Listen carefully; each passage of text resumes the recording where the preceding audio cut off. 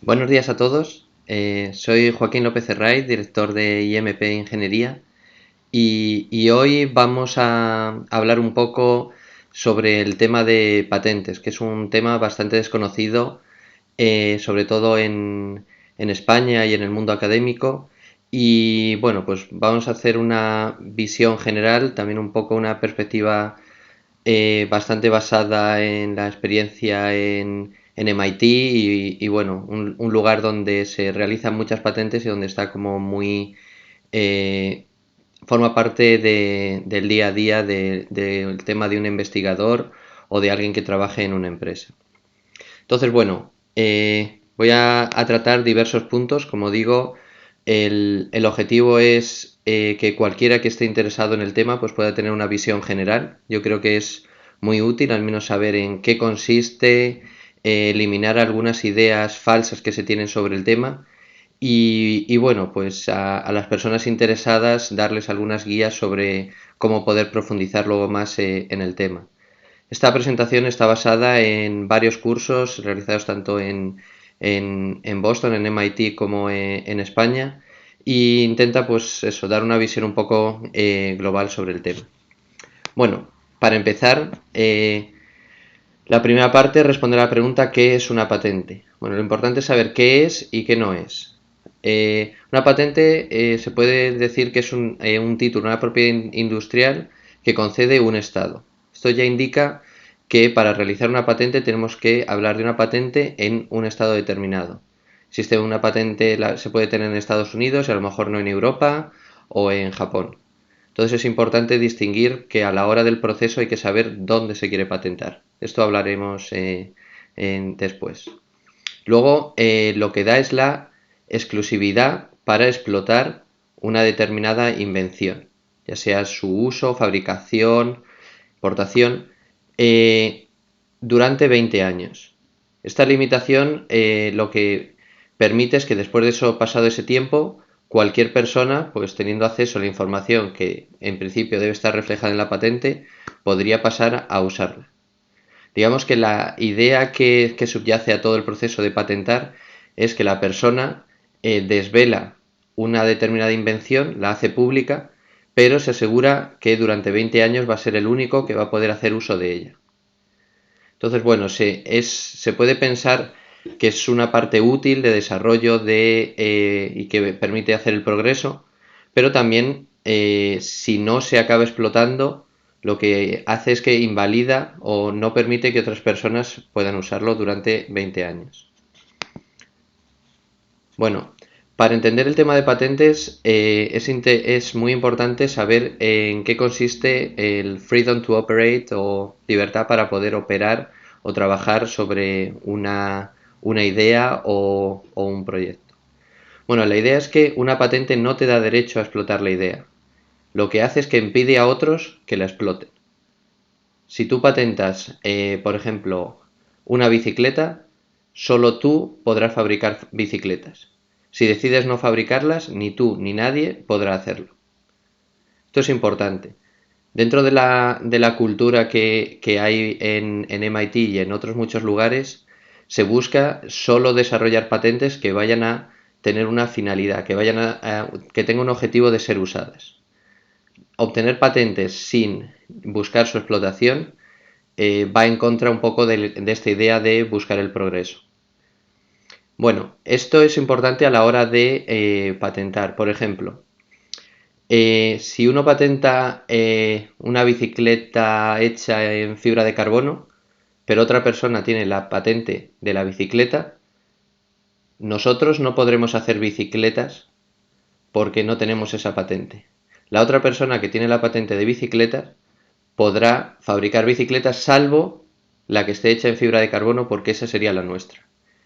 Esto al final es un caso sencillo, pero cuando uno se adentra en sutilezas dentro de los procesos de fabricación, lo que sucede es que al final muchas empresas acaban teniendo patentes que se van complementando entre ellas y al final muchas veces se generan acuerdos de intercambio de patentes, porque de esa es la única manera para que ambas empresas o un consorcio de empresas puedan avanzar.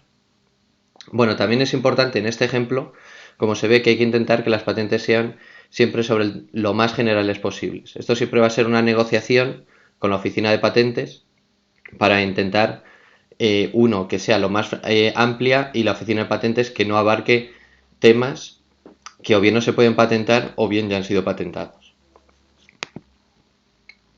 Bueno, la siguiente pregunta, más o menos, una vez que se sabe que es una patente, es ¿para qué una persona querría patentar? Si, por ejemplo, estáis escuchando este webinar, pues en un momento dado, ¿para qué serviría? Bueno, pues hay bastantes ideas un poco erróneas sobre el tema. O sea, el objetivo principal es para poder ponerte a desarrollar esa idea, proyecto, innovación y tener un poco de seguridad de que tu tiempo y esfuerzo que dediques va a ser recompensado. Ninguna persona, ningún inversor va a dedicar dinero a una empresa para que después de todo el esfuerzo desarrollado, cuando esa invención realmente tenga futuro, llegue otra empresa y simplemente la replique. Digamos que lo que sirve como herramienta muy útil es para conseguir que la gente pueda invertir en un determinado proyecto. Hay muchos proyectos que si no han sido patentados, por muy buena idea que sea, nadie va a invertir en ellos. La segunda opción es la que a lo mejor se nos ocurre más fácil, es he patentado algo y se lo vendo a una empresa grande. Bueno, esa es una opción que ya hablaré luego más en detalle y bueno, pues tiene sus pros y sus contras. Digamos que también si uno realiza eso y vende la idea en un estado demasiado preliminar del desarrollo, pues el valor de esa patente, de esa idea, va a ser bastante menor que si uno se ha involucrado más en un desarrollo más avanzado. Bueno, también se puede usar patentes de manera defensiva. Ya digo que es algo que, bueno, pues se intenta evitar, pero en algunos casos es útil. Si uno, por ejemplo, no quiere que otros patenten sobre un determinado tema, pues puede realizar esa patente simplemente para evitar que otros lo hagan. Bueno, esto podría ser una determinada empresa que está desarrollando un producto y aunque no quiere patentarlo en principio o no ha querido patentarlo, ve un cierto riesgo de que otros lo hagan. Y bueno, finalmente también hay objetivos como el marketing, saber que pues este determinado producto o laca o cualquier, no sé, cualquiera que se os ocurra, pueden decir que está basado en una serie de patentes. Eso digamos que da como mejor imagen o le da una visión un poco más completa o innovadora al producto. Luego también en algunos casos que se usa para simplemente obtener homologaciones, subvenciones, que bueno, ya digo que no soy muy partidario de obtener patentes si no se intenta al menos su uso o explotación. Bueno, ¿qué se necesita para que algo se pueda patentar? Bueno, hay muchos ejemplos de cosas que uno pensaría que no se podrían patentar y luego finalmente han sido patentadas. Bueno, los requisitos están muy bien definidos, existen unas reglas y son los siguientes. El primero, que es bastante obvio, tiene que ser la novedad. Pero novedad tiene una definición bastante clara.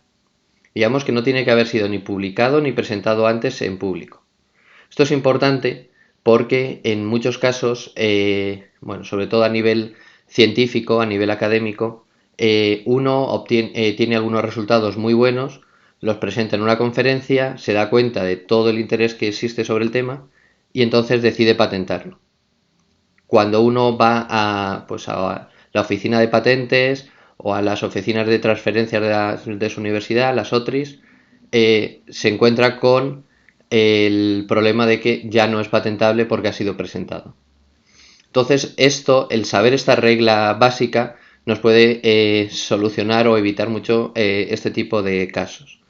Es decir, algo que hacen de manera bastante rutinaria en MIT, antes de ir a presentar algún congreso, si se piensa que puede ser útil o realmente innovador, hay que ir antes a la oficina de patentes a simplemente consultar con ellos si la idea realmente es buena o si se puede presentar sin más.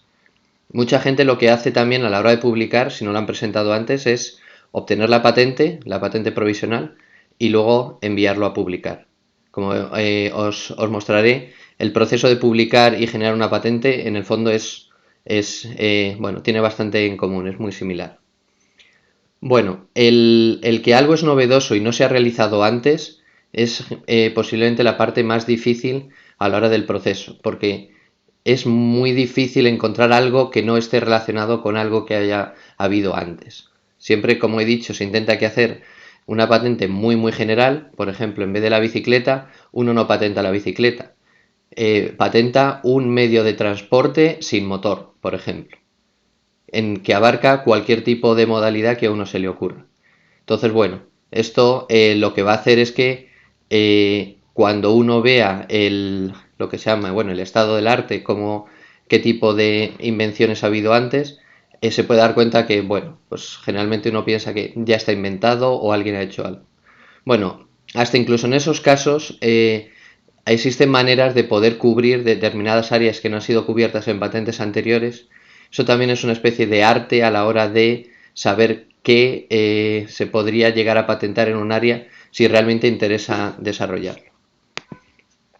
Bueno, la segunda parte, o sea, primero hay que saber que sea novedoso, la segunda es que no sea obvio. Esto lo que requiere es que tiene que haber algún tipo de actividad inventiva. También es bastante natural este requisito. ¿A qué se considera obvio? Pues por ejemplo, decir que ahora cambiarle el color a un determinado producto. Bueno, pues esto es algo que no aporta grandes ventajas, o en el fondo no es algo que requiera una invención significativa. Entonces, bueno, la definición es que lo que se ha realizado no tiene que ser obvio para un experto en la materia. Bueno, esto es un poco más sutil a la hora de conseguirlo, pero no es generalmente tan difícil de conseguir en la mayoría de invenciones. Y el tercer requisito es el requisito de utilidad. Tiene que ser susceptible de aplicación industrial. Es decir, para ello tiene que poderse ser usado para el beneficio de la humanidad en algún tipo de sus aspectos. En general, es difícil pensar en algún tipo de invención que de una u otra manera no pueda tener un cierto beneficio o pueda ser explotado industrialmente, con lo que este requisito es el más sencillo de cumplir. Bueno, la siguiente cosa que os recomendaría a los interesados es ir a internet y buscar patentes. Hay bastantes páginas gratuitas, tanto de Estados Unidos, de Europa, la de PCT, que es, digamos, que la Asociación Internacional para Patentes con el tratado, y luego algunas como la de Google, que en el fondo, para empezar, sería con la que yo recomendaría, dado que ahora tiene recopilados prácticamente todas las patentes de interés.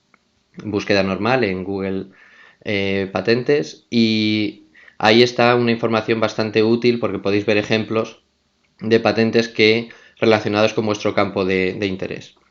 Luego hay servicios de pago que permiten, por ejemplo, pues tener alertas si uno está trabajando, pues digamos, en algún tipo de máquinas muy especializadas, pues puede tener esos términos de búsqueda, y si hay alguna patente sobre el campo, pues recibiremos una alerta. Estos son servicios de pago que, dependiendo de las instituciones, las universidades en las que uno esté, pues puede tener acceso o no. Y luego, bueno, pues en la literatura hay mucho. Recomiendo que, como es un tema que también va cambiando, buscar libros recientes, porque todo el tema de internet, nuevos tratados que se van realizando, por ejemplo a nivel europeo, pues las patentes europeas han ido cambiando un poco. En Estados Unidos se cambió hace como un par de años la legislación para hacerla más similar a la de Europa.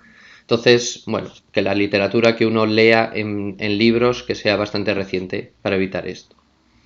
Bueno, una vez que cogemos una patente, puede parecer la primera vez un poco tedioso intentar leerla, pero lo que recomiendo es intentar verlo como por los distintos trozos en los que está formado. Al final, leer una patente y leer un artículo científico no es tan distinto. Simplemente el tipo de lenguaje que se usa cambia, y si uno no está acostumbrado, pues puede al principio asustarle un poco. Es difícil imaginarse a alguien leer patentes como se leen artículos. A mí me ha pasado en Boston estar en el metro y ver a alguien leyendo patentes como si fuese un libro.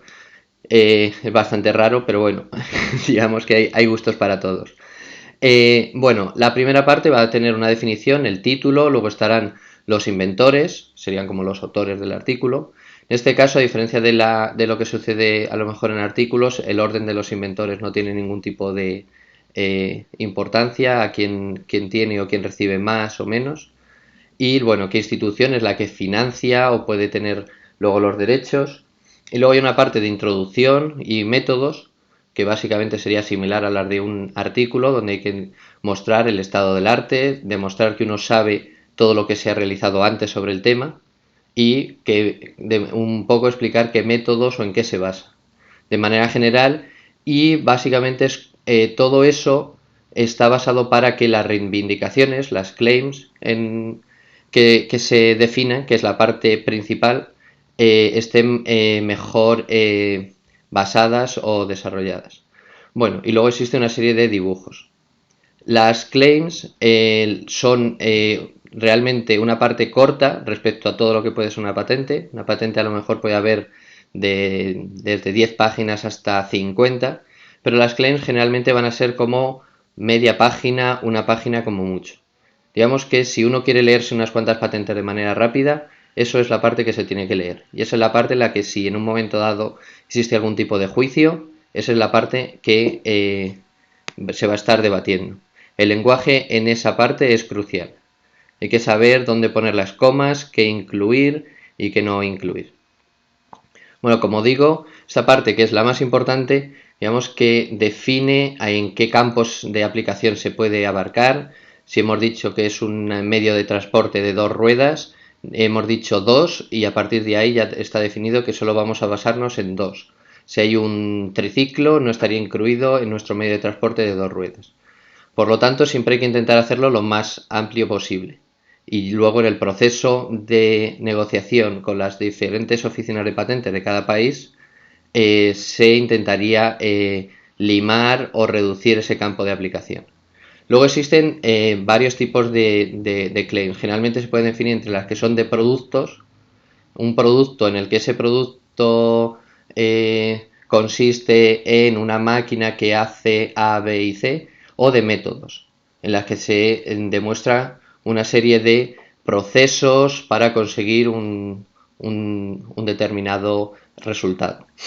Generalmente las de productos son más sólidas porque es más fácil de, si alguien la incumple, demostrar que ha habido una infracción de una patente que tenemos. Las de los métodos o procesos muchas veces es complicado porque uno no puede llegar a tener un acceso a una máquina o algún tipo de, imaginaros, algoritmo o programa que haga algo, y el saber que el método ha hecho el paso A, B y C en vez del A, C y quizá el B lo ha cambiado, es difícil de probar.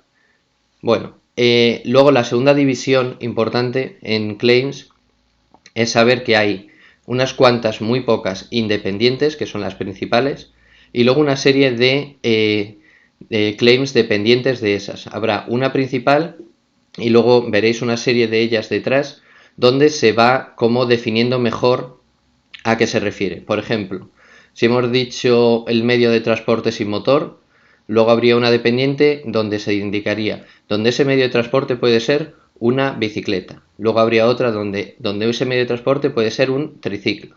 Luego habría otra en la que se irían como definiendo pequeñas variaciones respecto a la claim independiente. Esto se hace de manera que en caso de litigio, de que existan algún tipo de conflicto, se pueda decir que realmente, aunque lo hemos definido de manera muy amplia, teníamos claro cuáles eran los ámbitos en los que nos iban a interesar más.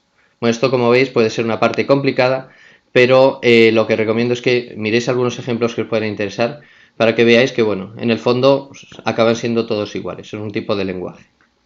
Como digo, es necesario saber qué lenguaje usa, qué reglas. Es difícil, si uno quiere de principio entrar, escribir una patente como escribir un artículo. No se puede hacer, necesita pues o bien apoyo legal de alguna oficina de asesoría, de la propia universidad, de gente que haya realizado más y sea experto en el tema. De esa manera vamos a poder tener un resultado bastante más profesional. La idea es que la información en toda la introducción en los métodos tiene que tener suficiente nivel de detalle como para que otros, suponiendo que sean expertos en la materia, pudiesen replicarlo. Por supuesto, vamos a tener nuestros 20 años de exclusividad, pero pasado ese tiempo, la información básica y necesaria tendría que estar ahí. Esto siempre es un poco problemático porque uno no quiere a lo mejor desvelar todos los detalles, pero bueno, la idea básica es que debería estar toda la información ahí. Bueno, luego la siguiente cosa que si uno quiere escribir una patente es cómo escribe las claims. Ya he dicho que un principio básico es hacerlo lo más amplio posible y otro es pensar, una vez que está escrita la patente, qué haría una persona para intentar saltársela sin infringir la patente. Ya he dicho que, bueno, pues si existe un paso que nosotros hemos considerado necesario en la patente, que luego otra persona descubre que no lo es, con eliminar ese paso, simplemente ya no infringiría nuestra patente. Si hemos dicho que tenemos que hacer A, B y C, y esa persona dice A y B y C no lo necesito, no cumpliría la patente. Entonces muchas veces se juega con decir que incluye los pasos de A, B o C para de tal manera que poder incluso cubrir todos esos casos. Bueno, como veis, llega un punto en el que es necesario una especie de estrategia o de juego que se realiza entre los inventores, los abogados que realizan las patentes y las oficinas. Es un mundo en el que, bueno, pues una vez que uno ve un poco cómo funciona, no es tan complicado, pero conviene tener las ideas generales claras. Bueno, ahora la siguiente cosa es saber cuánto se tarda en obtener una patente y cuál es el proceso. Esto es bastante útil saberlo, primero porque a la hora de generar una patente, una de las cosas que uno piensa es, bueno, ¿y cuánto me va a costar y va a merecer la pena? ¿Quiero meterme en esto? ¿No? ¿Cómo sé si a alguien le interesa? La idea es que antes de hablar con una empresa potencialmente interesada, tienes que haberlo patentado. Pero entrar en el proceso de patentes y obtenerlo en un país o varios países puede llegar a ser costoso. Entonces, existe un truco, bueno, una especie de paso previo, que es lo que se realiza, en el que se disminuye este problema. Lo primero que normalmente se hace es hacer una descripción de la invención, un invention disclosure, donde de manera interna para la institución uno redacta en unas pocas páginas la idea, le indica lo que se ha hecho antes y la estimación de que piensa que esto es patentable porque es suficientemente novedoso, podría tener impacto y, a ser posible, saber o una estimación de realmente si esto podría dar beneficios o podría merecer la pena. Esto sirve a la institución para decidir si quiere continuar el siguiente paso o realmente no es tan importante. Luego, lo que se puede obtener es una patente provisional. Esto, digamos, que ya sería como un documento jurídico que permitiría demostrar que nosotros hemos realizado este invento. Esto es relativamente barato y es el paso previo que se realiza normalmente antes de obtener la patente definitiva. ¿Para qué sirve? Bueno, la ventaja es que una vez que obtenemos una patente provisional tenemos un año hasta que tengamos que decidir si continuamos y la convertimos en una patente ya definitiva o pasamos a intentar obtener patente internacional. Bueno, en ese año, ya como tenemos esa protección, es cuando se puede pasar a hablar con empresas interesadas o inversores que quieran poner dinero para que no seamos nosotros mismos los que desarrollemos la idea. Y en ese año se puede llegar a ver si existe interés por esa idea o si no. Si no hay interés, pues uno simplemente puede decir, bueno, pues hasta aquí se ha acabado todo y no pasa nada. Luego, si se descubre que hay interés, otra opción adicional es pasar a lo que son las PCTs, que es el Tratado de Cooperación Internacional sobre el tema de patentes, que lo que ofrece es casi otro año y medio más adicional en el proceso de convertir esa patente en una patente que pueda ser usada en distintos países. Ese tiempo adicional, como digo, pues es muy útil para continuar el proceso de búsqueda de potenciales inversores o gente que quiera licenciarnos la patente. Bueno, la siguiente, al final, lo que hay que convertirlo es una patente. Llega un momento en el que hay que decidir en qué país o países se obtiene la patente. Dependiendo de cuántos países querramos tenerlo, el precio va a ir subiendo. Se encarece bastante por el tema de, por ejemplo, traducción, que es un tema muy importante, que ha habido mucho debate dentro de Europa en qué lenguaje se podía tener una patente europea, porque a nivel europeo solo se ha logrado tener solo una patente, antes había que tener patente en cada uno de los países, lo cual era muy complicado. Y bueno, pues si se tiene la patente, se puede tener en inglés, que puede ser la misma para poder tenerla en Estados Unidos. Luego habría que traducirla, por ejemplo, si se quiere en otros países de lengua, por ejemplo en Japón, China. Y bueno, pues eso va encareciendo las patentes. Por supuesto, todo eso depende del interés o donde se quiera continuar el proceso o la explotación. Bueno,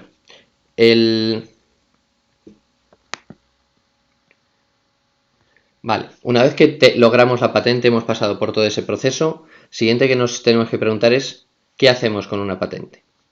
Bueno, en esta figura que se demuestra es todo el camino, el largo proceso que hay desde tener una idea hasta finalmente tener un producto. Existen una serie de pasos en los que muchas de las ideas simplemente se acaban parando, o bien porque no reciben suficiente apoyo, o bien porque en el proceso se encuentra con algunos problemas que no se tenían pensados inicialmente y que simplemente invalidan la idea. Y bueno, pues en esos pasos son en los que uno tiene que tener el apoyo de la patente para poder decidir si genera una empresa basado en ese tipo de idea o producto, si busca alguna empresa más grande que quiera invertir en ella e incorporarlo a su línea de producción o a su línea de invenciones. Y bueno, pues en ese camino es en el que uno tiene que decidir también en qué momento quiere parar o si quiere llegar hasta el final y ser el mismo el que desarrolla el producto. Según se vaya continuando en el camino, pues el coste por ejemplo, de validación, es distinto validar una idea muy básica con un caso de prueba. Si uno ya quiere validarlo en un caso más realista, necesita mucho más dinero, muchos más meses de prueba, y si finalmente quiere llegar a producir algo, pues requiere ya toda la inversión y el tema de industria y bueno, intentar escalar que lo que algo funciona a nivel pequeño, si hay mucha demanda finalmente, ser capaz de cubrir todo eso. Entonces, bueno, el tener la seguridad de que en todo ese proceso estamos cubiertos y nadie nos va a poder copiar esa idea sin infringir la patente, bueno, pues es bastante útil.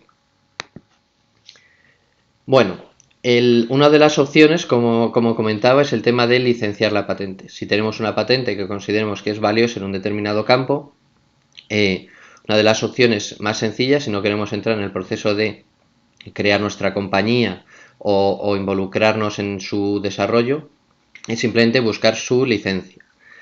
Bueno, tiene ventajas de, sobre todo, pues si no queremos demasiadas complicaciones, pues a lo mejor si lo logramos vender a una empresa que tiene la capacidad productiva que nosotros normalmente no tendremos, pues puede hacer que se llegue al mercado, que la gente se beneficie de manera más rápida. Pero en ese momento de la negociación tenemos que tener claro cuál es el valor de esas patentes que podamos tener.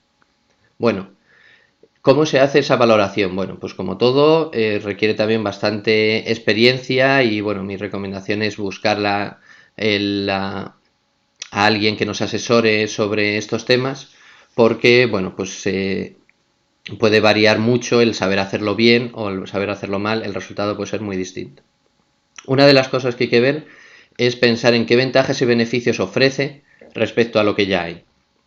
Por ejemplo, hace poco en una competición en MIT estaban mostrando un sistema de navegación para barcos que ahorraban del orden de medio día o un día en un transporte marítimo, debido a evitar cierto tipo de atascos en determinados puertos. Entonces el cálculo se hace pensando en cuál es el coste de tener a un barco parado durante un día antes de entrar en puerto, las mercancías, y uno realmente puede llegar a ofrecer eso. Las cifras que uno obtiene inicialmente con este tipo de cálculos son enormes. Que bueno, en el fondo puede llegar a ser verdad. Si uno reduce el tiempo de tránsito de un barco con un algoritmo de posicionamiento mejor que el que ya existe, eso se traduce en un ahorro de X millones que escalado al cabo de un año puede ser enorme. Ese tipo de cálculos son útiles, pero muchas veces es difícil obtener la información. Hay que saber muy bien en qué campo uno está licenciando, qué costes se tienen, qué margen de beneficios tienen las empresas y bueno, en base a eso realizar un esquema completo. Bueno, una de las cosas a la hora de licenciar patentes que se puede plantear es, bueno, ir a por empresas grandes o empresas más pequeñas en un determinado sector. Bueno, en muchos casos uno piensa que las empresas grandes son las que tienen más dinero, más capacidad de adquirir patentes, pero puede resultar que son las que están menos dispuestas a innovar, aunque parezca extraño, o a realizar cambios en su modelo productivo. Entonces, bueno, muchas veces sí conviene no perder de vista a empresas que a lo mejor empiezan y tienen la innovación o el buscar nuevos desarrollos más metido dentro de su ideología o su manera de ver el negocio.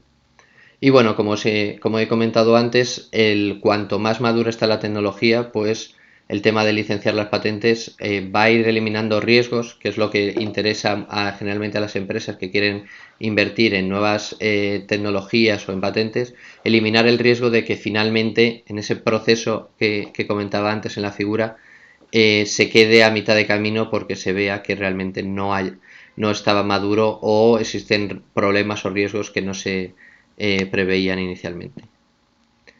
Bueno, aquí convenía comentar también que no siempre es necesario patentar para tener una cierta protección. Existe también el tipo de secreto industrial. Si el know-how, el conocimiento sobre cómo hacer un determinado proceso lo conoces tú o lo conoce un grupo y no lo desvela a otros, eso ya ofrece una protección intrínseca que muchas veces es muy útil. ¿Por qué? Bueno, resulta que, como he comentado, una vez que ya uno obtiene la patente, en la patente tiene que indicar qué está haciendo, cómo lo está haciendo y, aunque ofrezca esos 20 años de exclusividad, ya digamos que revela todas las cartas sobre determinados campos. Entonces, bueno, existe también un tema de estrategia de no siempre patentar para estar protegido. Y luego, por supuesto, existen los derechos de autor, copyright y una serie de derechos de marcas y demás que uno tiene y que, bueno, es otro tema también que se podría abarcar. Pero mi idea era comentar que no siempre es necesario tener patentes para tener un mínimo nivel de protección. Bueno, y finalmente para acabar me gustaría comentar una parte interesante sobre el tema de cómo innovar o cómo buscar soluciones innovadoras, sobre todo en el campo de la ingeniería, pensando en patentes. Quería comentaros un método, el método TRIZ, que se desarrolló en Rusia, en una oficina de patentes, donde la persona encargada de registrar las patentes llegó a la conclusión de que la mayoría eran muy parecidas. Aunque las ideas parezcan muy innovadoras, él consiguió reducirlas a 40 principios básicos. Al final, muchos eran buscar solucionar aparentes paradojas. Por ejemplo, ante muchas cuestiones de si usar un método A o B para solucionar un problema, muchas veces se pueden usar ambos para llegar a esa solución. Por ejemplo, la idea de los teléfonos móviles, se busca reducir el tamaño. ¿Cómo reducir el tamaño y aumentar la pantalla? Si uno piensa en cómo eran los móviles antes, se buscaba que la pantalla fuese lo más grande posible, pero sin que el móvil fuese enorme. Entonces la solución que se le ha dado es eliminar el teclado poniéndolo dentro de la pantalla. De esa manera se ha logrado eliminar ese aparente problema de no puedo hacer el móvil más grande y a la vez hacer el móvil más pequeño y la pantalla más grande. Bueno, este es un ejemplo de tipo de soluciones que se pueden obtener con este método. Y bueno, pues para los interesados existen muchos libros sobre el tema y os recomiendo pues que lo podéis mirar. Así que bueno, aquí está el listado de todos los métodos. Y nada, pues os recomiendo que si estáis interesados, bueno, en la jornada de Valencia comentaré unos ejemplos relacionados, típicos, relacionados con ingeniería y con algunas otras áreas. Y nada, bueno, pues si tenéis preguntas me las podéis hacer y os las responderé encantado. Muchas gracias.